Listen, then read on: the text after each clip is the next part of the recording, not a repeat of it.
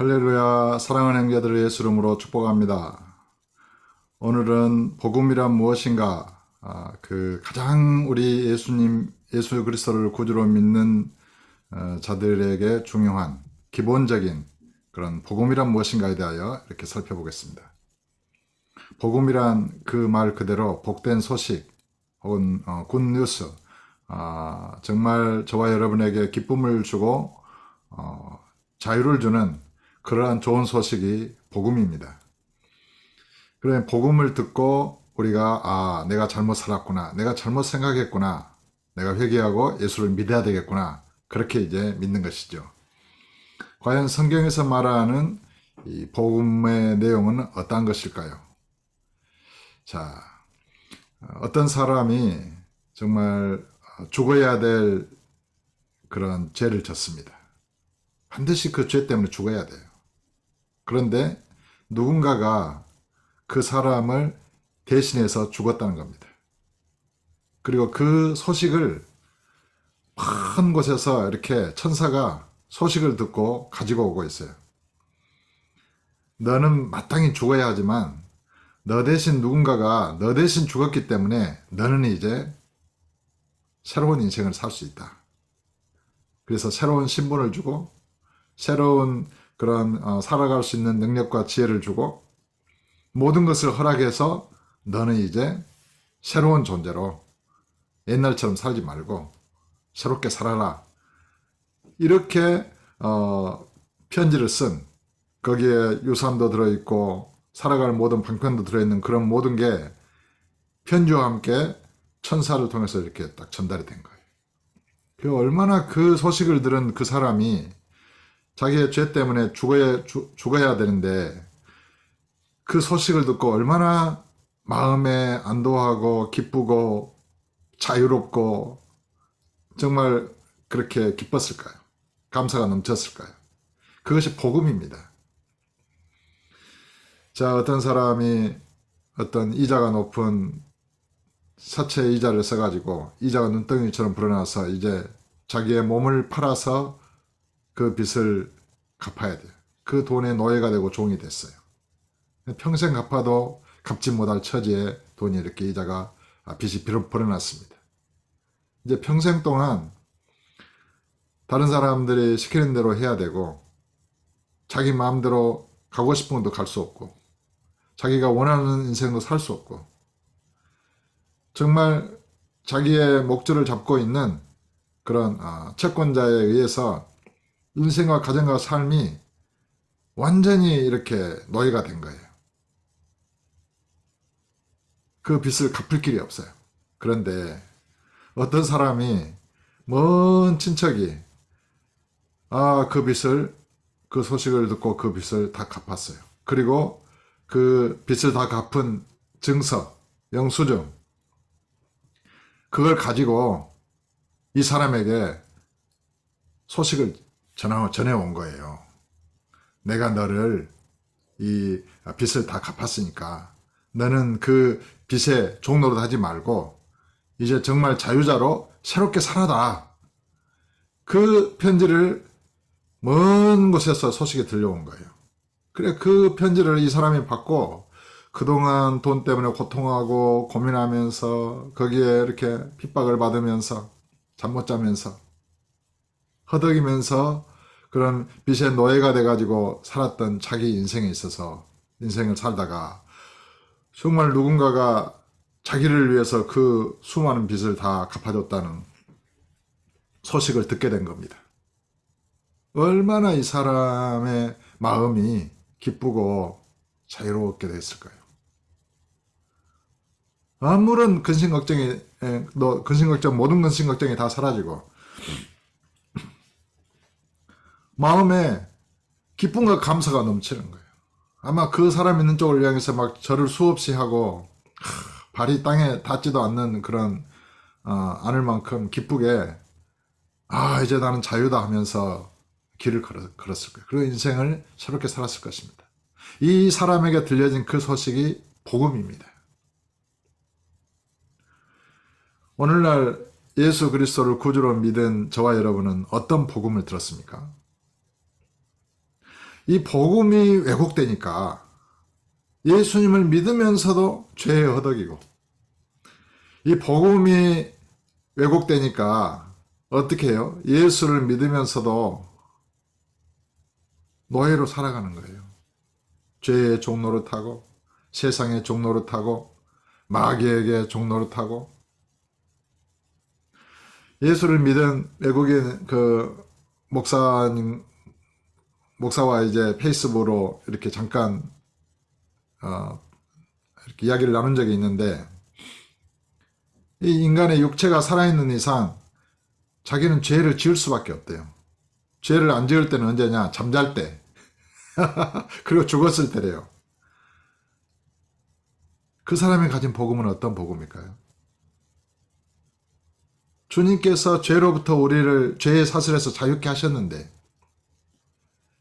이 썩어가는 육체의 세상으로부터도 자유케 하셨는데, 그가 가진 복음의 편지는 어떤 것일까요? 그래서 왜 그런 복음을 듣고 예수를 믿었다고 하는 사람이 여전히 죄를 지을 수밖에 없다. 그 말은 죄의 노예라는 말이잖아요. 그렇게 죄를 지을 수밖에 없는 자로 살아가고 있는 것일까요? 그리고 그것을 복음이라고 다른 사람들에게 가르치고 있는 것일까요? 이 복음이 왜곡되면 완전하게 교회가 망하고 예수를 믿는 자들이 망하게 되는 것입니다. 이 복음이란 무엇인가? 참 이 복음의 내용을 바르게 알고 이해하고 깨닫는 것은 신앙생활에 있어서 기초 중에 기초로 하겠습니다. 이 복음이 무너지면 다 무너지는 거예요. 복음의 내용을 잘못 알게 되고 오해하게 되면 완전하게 그런 진흙탕 속에서 살게 되는 것입니다. 예수를 믿는다 해도 말이죠. 그리고 이 복음을 왜곡시키는 그런 무리들이 있어요. 미혹의 영, 마귀가 그렇게 하거든요. 그러니까 마귀는 어떻게든지 이 복음의 내용을 위조해요. 그 복음에 가로채가지고 사람들이 이걸 진실로 들으면 안 되니까 깨닫지 못하도록 그 복음의 편지를 왜곡시킨 위조한 자가 바로 마귀예요. 근데 그런 마귀의 거짓말에 속아가지고 그 복음을, 거짓된 복음을 가르치는 자들이 많이 있다는 거죠. 정말 그 모든 사람들이, 형제들이 다 깨어나고 마귀의 그런 위조 편지를 찢어버리고 진실로 기록된 성경을 바르게 알고 믿어서, 복음을 바르게 알고 믿어서 바른 진리의 복음을 선포함으로 다른 모든 심령들을 자유롭게 하고, 자신도 물론 자유자가 될 뿐만 아니라 다른 많은 심령들을 온전히 구원하는 그러한 형제들이 정말 되기를 간절히 바라고 또 바랍니다. 복음이란 무엇입니까? 첫째로 이제 죄에 대한 문제죠. 죄가 있고 저와 여러분은 예전에 죄를 다 지었습니다. 그러면 죄에 의해서 인간은 포박을 당합니다. 죄에 의해서 오염됩니다. 죄와 그런 육체의 인간은 완전히 결합돼요. 그래서 그 생각과 감정과 마음속에 죄가 들어오게 되고 그 피와 뼛속에 죄가 들어온다고 봐야 됩니다. 그러면은 어떻게 됩니까? 육신의 생각은 사망이요, 하나님과 원수라고 그랬잖아요. 이 육신의 존재로 타락한 인간의 존재는 죄의 노예입니다. 죄의 노예라는 거예요. 그 자유의지가 죄에 매여 있어요. 그의 생각과 감정이 죄에 매여 있어요. 그러니까 죄가 왕이라는 것입니다. 죄가 사망 안에서 왕 노릇한 것처럼, 그러니까 죽음 안에 갇혀있는 육신의 인생들은 죄가 왕이에요. 사망이 왕이죠. 거기에 마귀가 지배하고 있습니다. 통치하고 있습니다. 그러니까 누구도 죄를 벗어날 수 없습니다. 그러니까 죄가 요구하는 것은, 죄를 지은 인간에게 그 죄가 요구하는 것은 죽음이에요. 반드시 모든 죄인은 죽어야 됩니다. 그런데 예수님께서 그런 모든 죄인들을 위하여 십자가에 죽으셨다는 소식이 들려온 겁니다. 예수님이 십자가에 못 박혀 죽으신 것은 이 세상에 있는 죄인들을 위하여, 저와 여러분과 같이 예전에 죄를 짓고 죄의 노예로 살고 있는 죄인들을 위하여 십자가에 죽으셨다는 것입니다. 그게 복음의 소식이에요. 그러니까 죄의 값은 죽음이잖아요. 그런데 죄가 요구하는 그 죽음을 예수님께서 대신 죽었다는 것입니다. 그러니까 마귀와 죄와 사망의 세력이 그 자유의 진리의 복음이 이제 시시각각으로 편지를 가지고 오잖아요. 누군가. 그거를 떨면서 만약에 그 소식이 이 사람에게 들려지면 이 사람은 자유잖아요. 그 무엇으로도 이 사람을 포박할 수가 없어요. 마귀도 사망도 죄도 이 사람을 포박할 수가 없어요. 왜냐하면 이 사람을 대신해서 누군가 죄값을 지불했다는 거예요. 누군가 죽었다는 거예요. 십자가에서. 예수라는 그 하나님의 아들이라고 하는 예수가 십자가에서 못 박혀 죽었다는 거예요. 이 사람을 위해서. 이 사람이 그 이 복음을 들으면, 듣고 믿어버리면 마귀나 죄나 사망의 세력은 이 사람을 잡을 수가 없는 거예요. 놓아줘야 되는 거예요. 그러니까 이제 벌벌 떨고 있는 거죠. 그것이 진리의 이 복음의 첫 번째 소식입니다. 누군가 너를 대신해서 너를 위하여 죽었다. 왜? 너의 죄를 죄값으로. 너의 죄를 짊어지고 너를 위하여. 그래서 그 사람이 이 복음의 편지를 듣고 누군가 나를 위해서 죽었어? 그러면 이제 나는 죄의 노예가 아니네. 마귀나 사망과도 상관이 없게 된 거예요. 우리는 죄와 마귀와 사망의 세력에 대해서 완전히 자유자가 된 겁니다. 이제 그 자유자가 되는 과정을 저와 여러분의 옛사람이 예수와 함께 십자가에 못 박혀 죽었고 예수님이 내 대신 죽었으므로 내가 죽은 거나 마찬가지인 거예요. 죄와의 관계에서. 그렇잖아요. 누군가 나를 대신 죽었으니까 죄는 나를 놓아줘야 돼요. 나와 죄는 상관이 없게 된 거예요. 나도 예수님과 함께 죄에 대해서 죽은 자가 되는 거예요. 죄에 대해서 자유자죠, 완전히. 그런데 죄를 지을 수밖에 없다고요? 그거는 복음이 아닌 것입니다. 마귀가 속이는 것입니다. 여러분의 의식, 무의식, 모든 생각, 감정, 의지가 죄에 대해서 완전히 죽고 예수님과 연합해서 다시 태어난 거예요. 그래서 주와 함께 죽었고 세례로 주와 함께 장사됐고 부활하신 주님을 믿음으로 함께 일으키심을 받았다. 이렇게 이제 거듭남의 과정을 설명해 주는 것입니다. 그것을 믿고 깨달으는 것입니다. 그것이 이제 그런 비행기 표를 가지고 탄 사람들에게 그런 기내의 음료나 또 식사가 제공되는 것과 같이 따라오는 복음의 내용이에요. 누구든지 예수 그리스도를 마음의 구주로 믿은 사람은 그런 혜택을 다 누리게 돼 있어요. 누구든지 죄에 대해서 죽었고 사망에 대해서 자유자고 마귀의 사슬에서 풀려났고, 그러니까 사망에 대해서도 예수님이 사망을 패하시고 부활 승천하셨잖아요. 그 예수님을 믿은 사람은 사망의 세력이 그 사람을 놓아주게 돼 있어요. 그래서 영생을 가진 자가 되는 거예요. 마귀도 마찬가지예요. 누구든지 예수를 구주로 믿은 자는 마귀가 그 사람을 놓아주게 돼 있어요. 사로잡을 수가 없어요. 왜냐하면 예수님께 속한 자이니까요. 예수님께서 마귀의 머리를 분쇄하시고 승리하셨으니까요. 누구든지 예수를 믿은 사람은 죄와 세상과 사망과 마귀에 대해서 자유자란 말이에요. 그것을 받아들이고 믿어야 돼요. 그것이 복음의 가장 중요한 내용입니다. 여러분은 죄에 대해서, 사망에 대해서, 마귀에 대해서 자유입니다. 그것을 마음에 믿으면 어떻게 됩니까? 예수님이 내 안에 함께 하시니까 자유자로 사는 것이죠. 마귀요? 예수님은 너 왜 여기 있어? 나가야 되는 거예요. 사망아 깨어질지어다. 사망의 세력도 분쇄되어야 되는 거예요. 죄?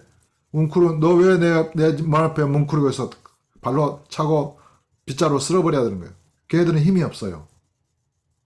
죽은 벌레와 같아요. 그래서 생각이나 감정이나 의지나 모든 인격 속에서 이런 믿음으로 말미암아 예수님께서 함께 하심으로 죄를 이길 힘을 갖게 되고 사망이나 마귀에게 굴복하지 않을 그런 성령의 권능을 얻게 되는 것입니다. 그것이 함께 와요. 함께 예수를 믿을 때. 예수님이 우리의 마음에 들어오시니까 온전히 그렇게 되는 것이죠. 죄에 대해서 가장 중요한 내용이죠. 저와 여러분은 죄의 종이 아닙니다. 죄로부터 자유자입니다. 죄에 대해서 그리스도 예수와 함께 죄에 대해서 죽었습니다. 그러니까 이 죄에 끌려가는 것은 어때요? 그건 미련한 것이죠. 나는 죄를 지을 수밖에 없는 인간이야. 그렇게 생각하는 것은 예수님의 복음을 헛되게 하는 것이죠. 그러니 복음을 모르는 거예요. 복음을 듣고 믿은 자는 죄로부터 자유라는 것을 아는 거죠. 아니 누군가가 내 사채빚을 다 갚아줬는데 또 그 사채업자들에게 쫓겨다니고 두려워하고 거기에 이자를 매달 지불하는 사람이 어디가 있겠어요? 그거 정말 어리석은 사람이잖아요. 그렇게 밀어놓은 사람이 어디 있어요? 아니 누군가 내 대신 갚았다는데 그걸 받아들이고 믿고 기뻐하고 감사함으로 자유롭게 살아야지. 왜 죄에 대한 값으로 주님께서 내 대신 죽으셨는데 왜 죄의 질질 끌려다녀요? 그럴 이유가 없잖아요. 자, 이것이 첫 번째 문제입니다. 또한 복음이란 무엇입니까? 이제 육체를 가지고 있기 때문에 육체는 아직 진흙으로 된 우리가 신령한 몸으로 나타나기 전까지는 이 진흙으로 만들어진 육체로 살게 됩니다. 육체가 있기 때문에 질병이나 어떤 사고나 그런 위험성 가운데 노출되어 있습니다. 그래서 이 육체는 아직 부서질 수도 있고 다시 말하면은 죽음의 위기 가운데 처할 수도 있는 거예요. 우리가 사망을 이겼다고 하지만 그래서 우리의 속사람은 영생을 가졌지만은 이 육체가 신령한 몸을 가지기 전까지는 아직 우리의 남은 싸움이 있는 거예요. 우리가 믿음으로 성장할 수 있는 기회가 주어졌을 있고 또 복음을 위해서 헌신할 수 있는 그런 이 땅에서의 살아갈 수 있는 삶이 남아있는 거예요. 이제 그런 삶 가운데서 이 질병에 관한 문제입니다. 주께서 채찍에 맞으심으로 너희가 남을 입었다. 이게 복음입니다. 누가 병들어 죽어가고 있어요. 그 질병에 의해서 그 사람이 병들어 죽어가고 있어요. 그런데 이 사람의 병든 것을 어떤 사람이 짊어지고 채찍에 맞으셨다는 거예요. 대신. 그럼 어떻게 될까요? 그 소식을 내가 너를 위하여 채찍에 맞음으로 내가 너를 고쳤다. 주께서 채찍에 맞음으로 우리가 나음을 입었다. 내가 너를 대신하여 너를 위하여 너의 연약함과 질병을 내가 고치기 위하여 내가 대신 내 육체에 채찍을 맞았다. 그러므로 너는 건강해라. 너는 건강히 살아라. 너는 질병에 이제 메인 존재가 아니다. 그것이 편지에 써진 대로 오는 거예요. 그 소식이. 누구든지 그 편지의 소식을 듣고 보니까 누군가 내 질병을 다 담당하셨대요. 그러니까 이게 죄에 대한 것 똑같아요. 죄에 대한 문제와. 이 질병에 대한 것도 예수님의 채찍에 맞으심으로 우리가 우리의 질병을 고치셨다라고 하는 그러한 복음을 받아들인 사람은, 믿은 사람은 이 세균이나 박테리아라는 모든 질병이 이 연약한 육체나 이런 것들을 지배할 능력을 잃게 돼요. 자유란 말이에요. 질병으로부터. 그러니까 예수님을 온전히 마음에 믿고 복음을 깨달은 사람, 믿은 사람은 너 왜 내 육체에 붙어서 내 몸을 병들게 하는 거야? 떠나가. 주께서 채찍에 맞으심으로 나를 건강하게 하셨어. 이것을 마음에 믿고 깨달은 사람은 건강하게 살 수 있게 되는 거예요. 그러니까 주님을 영접하면 누구에게나 그것이 일어나는 거예요. 주님을 온전히 믿으면. 아니 전능하신 주님께서 성령으로 임하시는데 그 질병들이 붙어 있을 수 있겠습니까? 그러니까 복음이란 무엇인가? 복음이란 너무너무 굉장한 거예요. 주께서 왜 멸시와 침뱉음을 당하고 멸시를 당하고 조롱을 당하고 슬픔을 당했습니까? 요즘은 정말 많은 사람들이 외롭고 슬프고 또 그러잖아요. 그런 인생을 살아가는 사람이 많잖아요. 왜 그렇습니까? 이 마음과 영혼이 병들어 있기 때문에 그래요. 그런데 주님께서 저와 여러분의 슬픔을 담당하셨다는 거예요. 주께서 저와 여러분이 받아야 될 멸시천대, 조롱을 담당하셨다는 거예요. 주께서 그러한 것을 이미 담당하셨다는 것이 복음이에요. 그러니까 그 복음의 편지를 받으면 어떻게 됩니까? 내게 있는 멸시와 천대가 떠나가는 거예요. 내게 있는 슬픔이 떠나가는 거예요. 주님으로부터 오는 평강과 은혜와 기쁨과 감사가 내 안에 충만해지는 거예요. 내가 예수를 영접할 때, 믿을 때, 믿음으로. 성령으로 말미암아 기쁨과 감사가 넘쳐나는 거예요. 이게 복음이에요. 그러니까 정말로 저와 여러분이 복음을 바르게 알고 믿어서 깨닫게 되면 주님이 주시는 모든 평강, 은혜와 사랑, 기쁨과 감사가 넘치는 그런 복된 삶을 누리게 되는 것입니다. 주님이 누구십니까? 만왕의 왕이시고 만주의 주이시고 하늘과 땅과 땅 아래의 모든 것을 다스리시는 분이시고 이 천지 세상 만물을 창조하신 분입니다. 그 주님을 믿으십니까? 그 주께서 저와 여러분을 위하여 행하신 일을 진실로 듣고 믿으십니까? 복음을 깨달으셨습니까? 복음을 들었습니까? 복음을 믿습니까? 죄로부터, 사망과 마귀로부터, 모든 질병과 슬픔과 모든 저주로부터 저와 여러분은 자유인 것입니다. 할렐루야. 또 하나의 복음의 이 문제, 복음을 미혹시키는 가장 큰 미혹의 영이 있습니다. 그게 무엇입니까? 이 율법과 복음을 섞는 거예요. 이것이 갈라디아서에서 사도 바울이 그렇게 강력하게 대적했던 이 거짓 교리예요. 복음에다가 마귀의 위조를 섞는 거예요. 거짓말을. 그러니까 예수님께서 십자가에서 죽으심으로 율법을 완전하게 완성하셨잖아요. 그래서 주님께서 말씀하셨죠. 육체로 계실 때. 내가 율법을 폐하러 온 것이 아니고 완전하게 하러 왔다. 그 말씀 그대로 예수님은 자신의 육체의 죽음으로 율법을 완성하신 거예요. 완전하게 성취하신 거예요. 율법의 요구는 무엇입니까? 이 세상에 있는 모든 죄인들에게 저주와 사형을 선고한 것입니다. 물론 율법은 범죄치 말라고 말하죠. 첫 번째 요구는. 하지만 모든 육체로 태어난 인간은 이미 죄를 지은 채로 태어납니다. 이미 죄로 지어서 육체가 된 인간에게 율법이 너 죄를 짓지 말라 말한다고 해도 이미 죄를 지었는데 어떻게 해요? 한 번 죄를 지은 사람은 죽은 거 외에는 답이 없잖아요. 죽어야 되잖아요. 죄값으로. 저주를 받아야 되잖아요. 율법이 할 수 있는 일이 뭐예요? 율법은 영생을 줄 수 없어요. 그 사람을 죽여야 돼요. 그것이 법이에요. 재판장이신 하나님께서 어떻게 의로운 재판장이십니까? 하나님 여호와께서 주신 그 법대로, 율법대로 모든 인간을 심판하셔야 돼요. 저주를 쏟아서 그 사람들을, 이 땅에 있는 죄인들을 다 사형시켜야 돼요. 그것이 율법의 요구입니다. 그 율법을 누구도 깨뜨릴 수 없어요. 1.1획도 천지가 없어지기에는 다 이루어져야 되는 거예요. 하나님의 율법이니까요. 그런데 예수님께서 모든 사람을 대신하여 죽으심으로 그 율법을 완전하게 이루신 것입니다. 모든 사람이 죽었으니까 율법은 더 이상 할 일이 없는 것이죠. 그래서 부활하신 주님 안에서 보면은 율법은 시효가 만료된 것입니다. 끝난 것입니다. 그래서 그리스도는 못 믿는 자에게 하나님의 의를 이루게 하여 율법의 마침이 되시니라. 이렇게 기록됐고, 또 예수 그리스도의 육체의 죽으심으로 계명에 속한 율법을 폐하셨으니 이렇게 기록됐고, 로마서 7장 4절에서는 너희도 그리스도의 몸으로 말미암아 율법에 대해서 죽임을 당하였으니 이렇게 기록된 거예요. 그러니까 우리는 율법에 대해서 잡혀 있었어요. 율법의 저주 안에 갇혀 있었어요. 율법이 요구하는 죽음의 요구에, 율법이 요구하는 너는 죄를 짓지 말라는 그 의의 요구에 잡혀 있었어요. 근데 우리는 이미 죄를 지었죠. 저주를 받고 죽어야 했어요. 근데 예수님이 내 대신 죽으셨다는 그 복음의 편지를 받은 겁니다.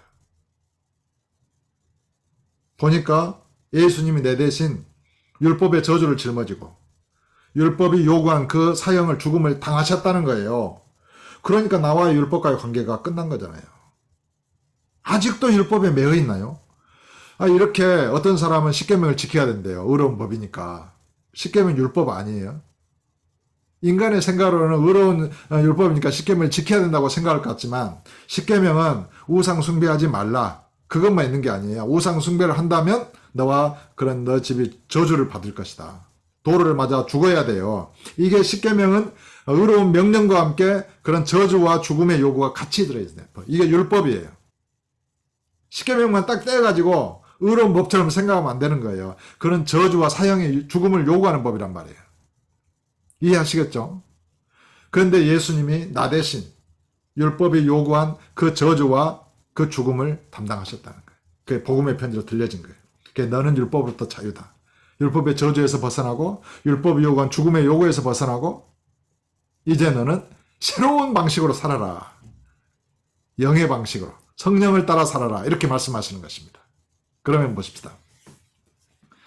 자, 우리는 예수를 믿음으로 율법에 대해서 죽었습니다. 그 율법에서 벗어났습니다. 율법은 무엇이냐?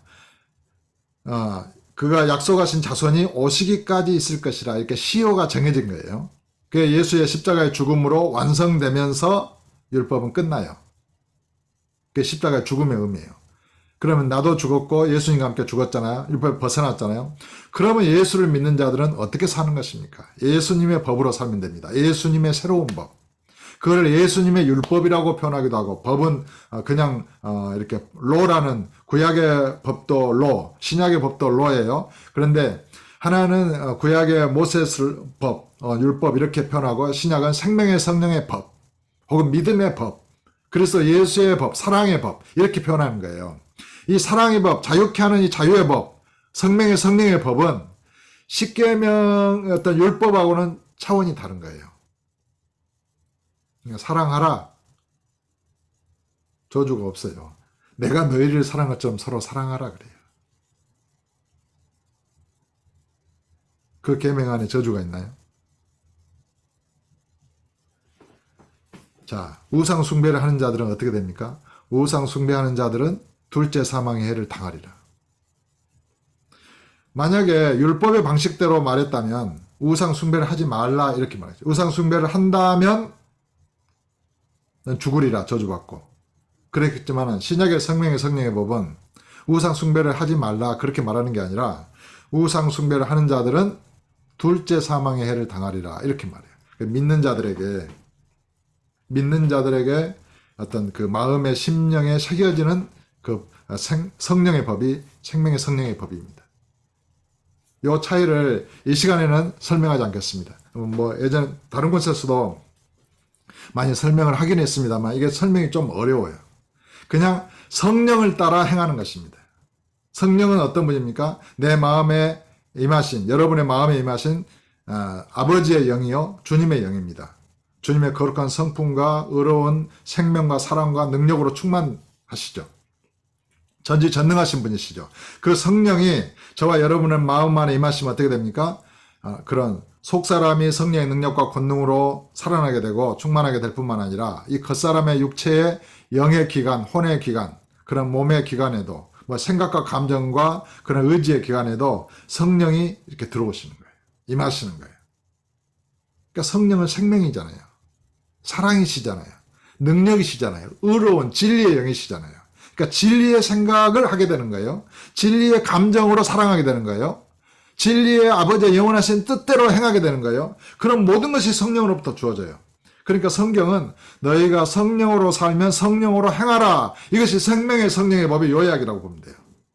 그러니까 믿음으로 행치 아니하면 모든 것은 죄다 이렇게 말하는 거예요. 그 생명의 성령의 법이 거짓말을 하거나 두려워하거나 뭐 이렇게 믿지 않는 자들은 둘째 사망의 해를 당하리라 이렇게 선포를 하는 거예요. 그러니까 생명의 성령의 법은 믿는 자들의 내면에서부터 밖을 향하여 선포해요. 그것이 복음이에요. 이 복음의 선포가 이루어지면 어떻게 됩니까? 우상 숭배에 빠져있는 자들이 돌이키고 회개할 기회를 얻게 되는 거죠. 너 회개치 아니하면 우상 숭배를 계속해서 한다면 너는 영원한 지옥에 들어가게 될 거야. 그러므로 회개하고 예수를 믿어야 돼. 이렇게 선포를 하게 되는 거예요. 그것이 생명의 성령의 법의 어떤 기능이에요. 회개하게 하고 예수를 믿게 해서 구원하는 법이죠. 그 생명의 성령의 법. 우리가 예수를 믿을 때 예수 그리스도 안에 있는 생명의 성령의 법이 죄와 사망의 법에서 우리를 자유케 하신 것입니다. 죄와 사망의 법은 죄를 지은 자를 죽이고 저주 아래 가둬서 결국에는 생명이 없기 때문에 지옥불에 던져지는 거잖아요. 그것이 죄와 사망의 법의 역할이에요. 우리는 그렇게 죄의 노예로 죽을 수밖에 없었어요. 그런데 우리가 예수를 믿으면 어떻게 우리가 자유롭게 되는 것입니까? 주님께서 내 대신 죽으셨으므로 또 주께서 우리를 위하여 부활하셨으므로 그를 믿음으로 함께 일으키심을 받았으므로 그래서 주님을 믿는 자는 아들이 있는 자는 영생이 있고 영생을 가진 자고 또 성령을 따라 행할 때 그런 모든 것이 생명의 성령의 법으로 이게 작동을 해서 우리를 죄와 사망의 법에서 자유케 했다라고 성경은 말하는 것입니다. 우리는 성령을 의지해서 성령에 의해서 살아 있습니다. 거듭난 것도 성령에 의해서, 복음을 듣는 것도 성령에 의해서, 기록된 성경이 성령에 의해서 기록됐잖아요. 성령에 의해서 복음을 전해 들었고 우리는 지금 살아 있습니다. 그리고 성령을 따라서 살아야 되는 것입니다. 성령의 인도를 받고. 그런데 사람의 마음이 성령이 부족하다고 생각하는 거예요. 성령을 못 믿어요. 성령을 알지 못해요. 성령을 완전하게 신뢰하지 않아요. 그 말은 무슨 말이에요? 예수님을 신뢰하지 않는다는 말이잖아요. 예수님은 그 자신의 모든 것을 다해서 그 십자가 사역을 담당하셨고 그의 영을 저와 여러분을 위하여 이 땅에 보내셨는데 진정한 복음 중에 복음, 그 성령을 안 믿는 거예요. 성령께 의지해서 기도하는 것을 뭐 신비주의다 이렇게 생각하거나 성령께서 나를 어떻게 인도해 이렇게 생각한다거나 성령님을 인격적인 하나님으로 안 믿는 거예요. 그러니까 인격적으로 말을 하지 않겠지요. 대화하지 못하겠죠. 기도하지 못하겠죠. 성령께서 말씀하신 음성을 들으려고 하지 않겠죠. 성령님은 전능하십니다. 여러분이 어떤 능력에 있든지 어떤 차원에 있든지 성령님은 여러분이 알아들을 수 있도록 말씀하실 수 있습니다. 여러분이 정말 하나님의 음성을 듣기를 원한다면 말이죠. 자기의 욕심에 가려서 못 듣게 경우가 있거나 자기의 생각, 어떤 자기의 고집 이런 것에 가려워가지고 성령의 음성이 들리지 않는 것일 뿐이지 진실로 그 모든 것을 내려놓고 복음을 듣고 믿은 대로 거듭나게 되면 성령의 음성이 들려지는 거예요. 그냥 선명하게 이해하기 쉽게 이거 하나님의 뜻이구나 라고 이해하게 되는 것입니다. 그게 성령을 따라 행하라 이렇게 말씀하시는 것입니다. 성령의 열매는 이렇게 말씀하시는 것이죠. 금지할 법이 없다. 그래서 성령의 열매 중에 가장 온전하고 가장 첫 번째고 모든 것을 포함하는 그 열매가 무엇입니까? 사랑이잖아요. 사랑은 무엇입니까? 율법의 완성이죠. 율법과 어긋나는 게 아닙니다. 율법을 완성하면서 율법을 초월하는 것이죠. 그리고 성령으로 살아갈 때 완전하게 하나님의 뜻을 성취하고 완전하게 의로운 삶을 살게 되어진다는 것입니다. 그런데 생명의 성령의 법으로 살아가고자 할 때 성령을 완전하게 신뢰하지 않고 십계명이나 율법의 도덕적인 가이드가 필요하다고 말하는 거예요. 이것이 이제 마귀의 미혹입니다. 그러면 어떻게 됩니까? 두 남편을 섬기는 여인과 같이 음녀가 되고 만다는 것입니다. 그리스도의 십자가의 죽음을 무효로 하게 된다는 것입니다. 그러면 율법의 저주, 율법이 정한 질병과 고통, 슬픔 이런 모든 것이 마귀와 함께 밀려 들어오는 거예요. 그래서 예수를 믿어도 진정한 자유와 기쁨을 누리지 못하게 되는 거예요. 누가 그걸 원합니까? 마귀가 그걸 원하는 것입니다. 오늘날 현대 신학이 또 많은 교회 목회자들의 그런 복음이 왜곡되었기 때문에 지금 이 율법과 복음이 섞여 있는 거예요. 율법을 지켜야 한다는 것은 자기의 의를 세우고 복음은 하나님의 은혜로 믿음으로 구원을 얻는 건데 이게 두 개가 섞여서 이게 죽도 밥도 안 되게 되는 거예요. 교회를 오래 다녀도 사람의 마음이 못 쓰게 돼버리는 거예요. 새로워지지 않아요. 절대로 예수를 믿어도 죄가 없어지지 않아요. 그러니까 죄를 지을 수밖에 없다라고 말하는 거예요. 목사가 돼서도. 완전하게 복음에 왜곡돼가지고 이제 그것이 정상인 것처럼 주장하는 거예요. 그리고 진정한 복음을 누가 말하면 그게 잘못됐다고 말하는 거예요. 정상이 비정상이 되고 비정상이 거짓이 진리가 돼버린 세상과 같이 된 거예요. 그게 오늘날 교회의 모습입니다. 지금은 깨어서 우리가 기도해야 될 때입니다. 진정한 복음을 바르게 되찾고 그 원본을 찾고 기록된 성경대로 그 진리에 기록된 대로 우리는 믿어야 하는 것입니다. 율법에 대해서 그리스도의 죽음으로 우리는 죽었습니다. 그것이 우리 옛사람의 죽음이고 나의 죽음입니다. 그것이 무너지면 육신의 옛사람으로 돌아가는 것입니다. 그것이 섞이게 되면 거듭난 자와 죽은 자가 같이 살아가지고 이게 산 사람도 아니고 죽은 사람도 아니고 거듭난 자도 아니고 거듭나지 않은 자도 아니에요. 어쩔 때는 거듭난 자, 어쩔 때는 거듭나지 않은 자 왔다 갔다 하면서 사는 거예요. 그게 인간이겠습니까? 괴물이죠. 괴물이 되어버리는 것입니다. 이 종교가 타락하게 되면 괴물이 되어버리는 것입니다. 그런 모습을 오늘날 저와 여러분 주변에서 많이 보지 않습니까? 내 자신도 그러한 위험성 가운데 그런 수많은 시행착오 가운데 살았었고 내 자신이 그걸 증거할 수 있는 거예요. 괴물이 돼버리는 거예요. 복음이 왜곡되어지면. 그 복음이 왜곡되었기 때문에 지금이라도 우리는 주께서 허락하신 이 기회, 이 시간에 진실로 회개하고 정말 죄에 매였다면 이건 복음이 잘못됐구나. 내가 뭔가를 잘못 믿었구나. 그래서 진리의 복음을 바르게 깨닫고 온전히 믿어서 정말 주님과 연합되어 성령으로 살고 성령으로 행하여 아름다운 성령의 열매를 맺는, 그럼 얼마나 주님이 기뻐하시겠습니까? 그걸 얼마나 원하고 원하시겠습니까? 그런 믿음을 구하시고 주님과 동행하는 삶을 살면서 승리하는, 그래서 주님께서 다시 오실 때 잘했다 칭찬받는 저와 여러분 다 되시기를 예수 이름으로 축복합니다.